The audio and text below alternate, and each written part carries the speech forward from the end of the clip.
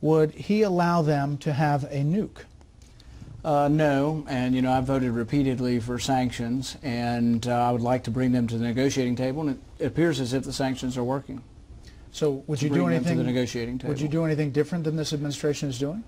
I guess it's unclear what we're doing at this point because I'm not privy to exactly what is going on with the negotiations. But I think it's a good sign that we are in negotiations and that Iran, I think, is feeling the sanctions, and I think that's why they've come to the negotiating table. But this administration, it seems, is trying to dial back on the sanctions in order to go to this next step. Are you in favor of that?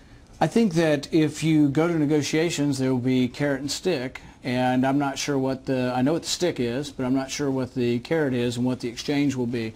But I think if you want to negotiate and you want to have diplomacy, there is some kind of exchange. I do think, though, that ultimately if we want Iran to behave and enter into the civilized world again, I think China and Russia can have a great deal of influence on this. Most of the oil that flows through the Straits of Hormuz goes out to the West.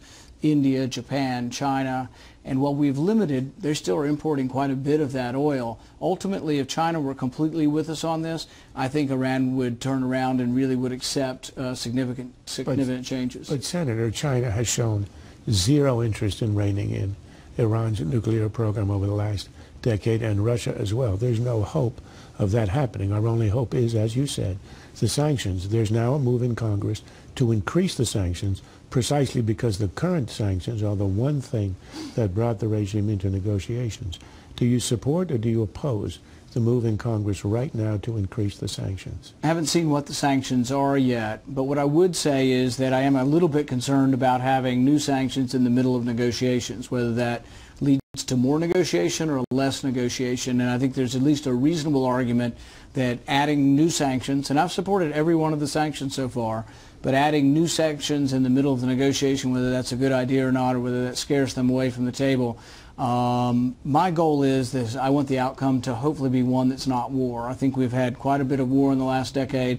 I would like to have an outcome where Iran agrees not to create nuclear weapons, but at the same time we do it without having to have a war. Let me ask one last question, therefore.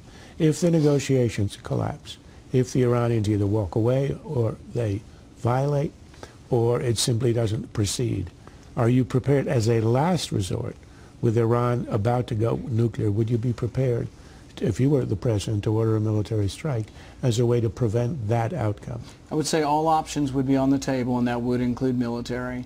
I would also be prepared to vote for more sanctions if we go away from negotiations and the negotiations fail. I think in the midst of negotiations it's a mistake, though.